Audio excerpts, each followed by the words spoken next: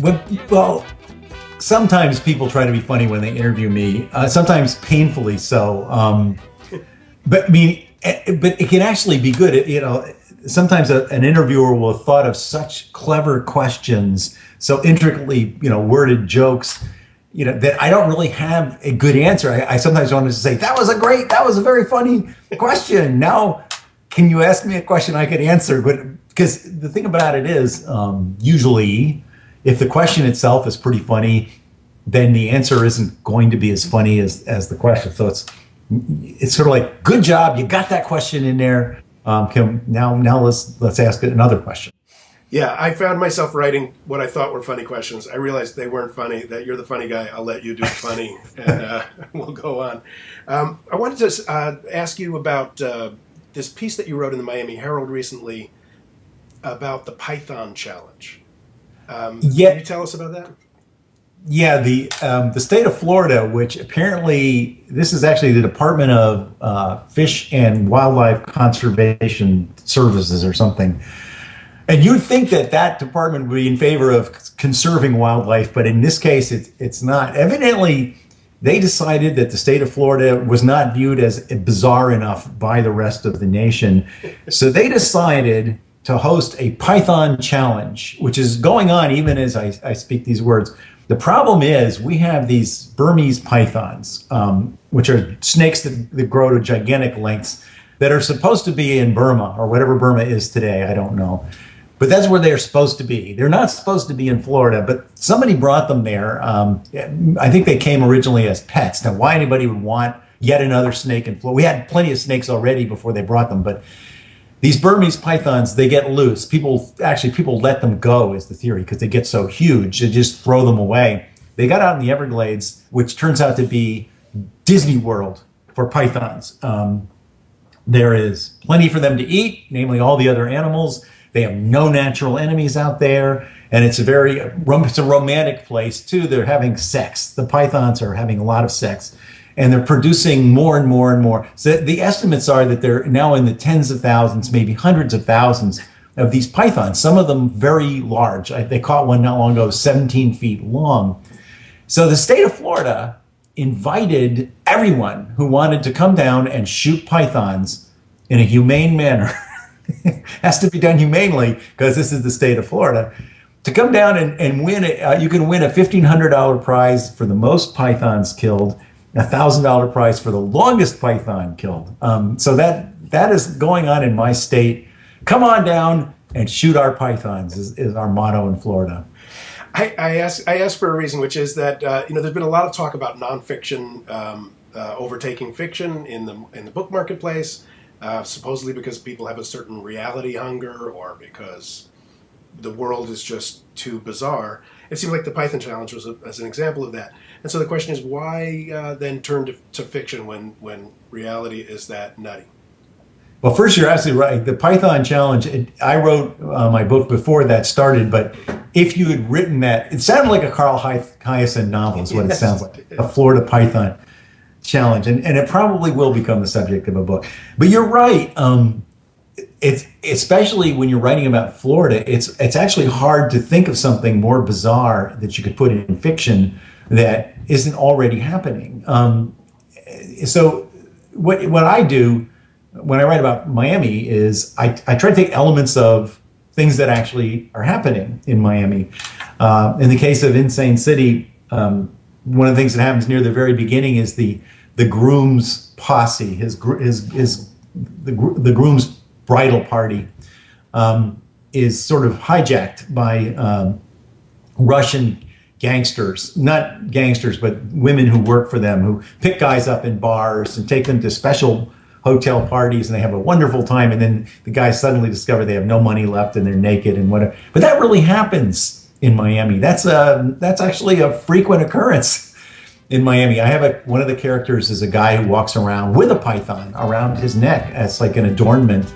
But that happens in Miami. Those guys are there. I've seen them.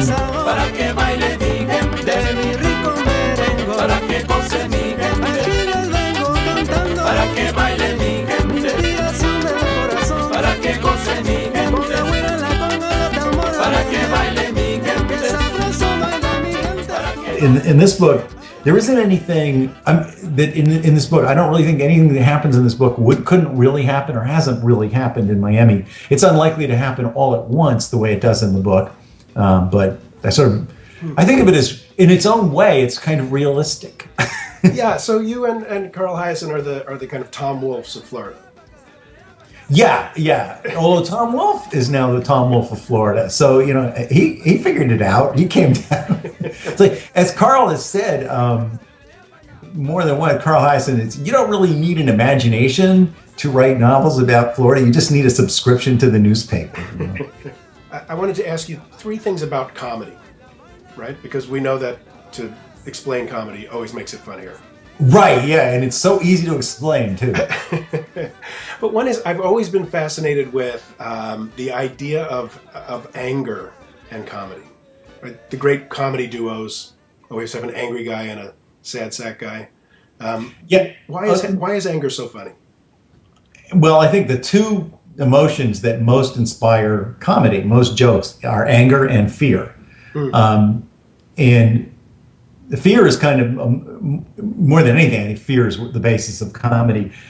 My theory about why we have a sense of humor, why the human race has a sense of humor, is we're the only animals that have figured out that we're going to die. We're probably going to die horribly or unhappily or painfully, and there's no hope for us. The world is brutally so we invent comedy. We manage to laugh at it.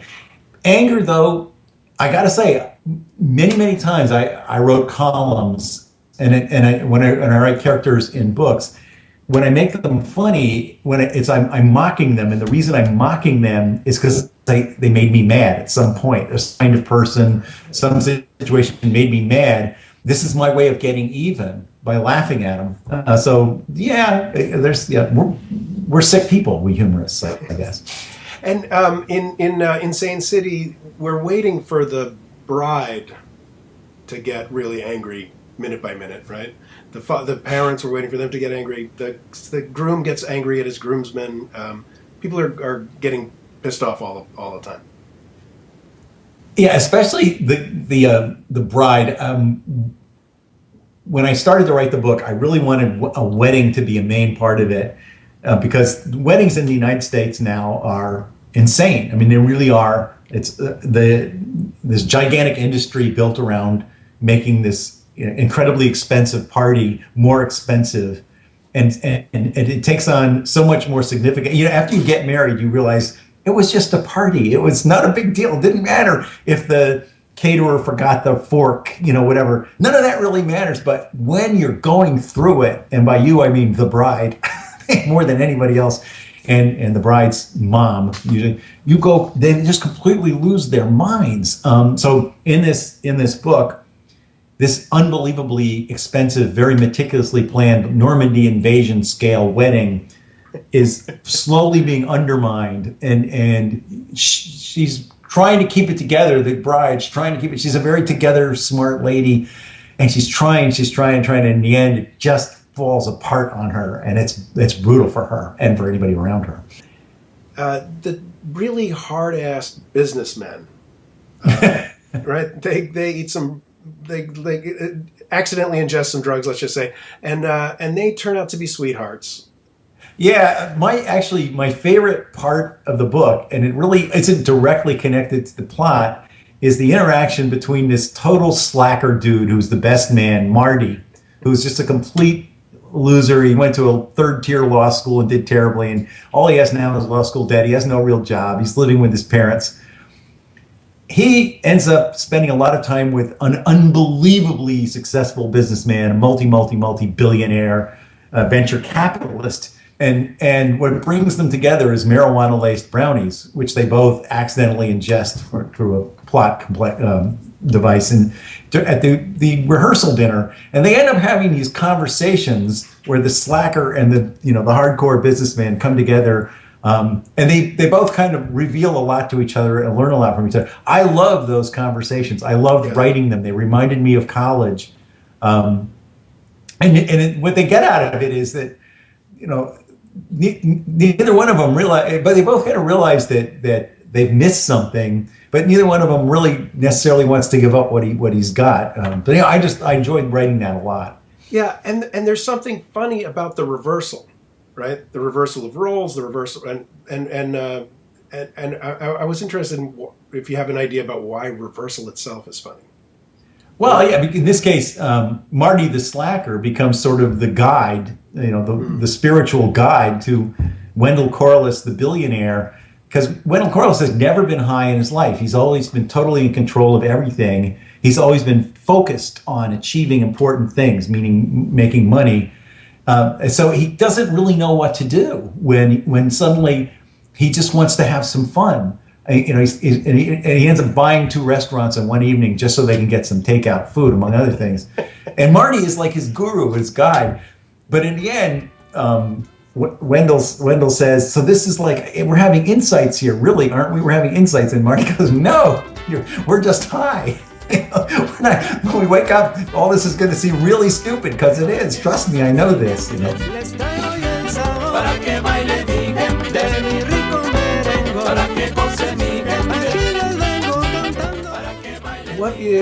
What's next for you? Well, I'm on the mother of all book tours. It's just starting, so I expected it in 3 weeks I will be dead. I'll be a famous dead author.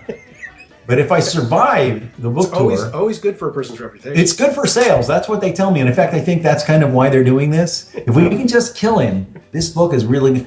But if I make it through that, I'm going to write another book. My next book will probably be a collection of essays. I like to switch between fiction and nonfiction, although my nonfiction is mostly lies. Given your sense of Florida, have you ever considered just getting the hell out? No. First of all, I love Florida. It's the most entertaining place by far I've ever lived. I'm never bored there. Scared sometimes, but never bored. But also, my wife is both Cuban and Jewish. She's Juban, they call them. So between the Cuban and the Jewish, we are related to approximately 70 to 80% of the state of Florida. So we cannot leave. Because you started as a newspaper man, as a right. When you first made the switch to fiction, was it just pure fun, or was it scary, or was it? It was scary. For me, I really like writing fiction a lot, but to write it, you have to kind of know where it's going. When I wrote humor columns, I didn't have to worry about structure or organization. All I had to worry about was, is this funny? The joke, joke, joke, joke. And if I thought of something funny that completely changed the topic of the column, I did it. Because I didn't have a point to make. I was just trying to be entertaining. But when you write a novel, you owe the reader a story. At least I think you do. Apparently not all novelists feel this way.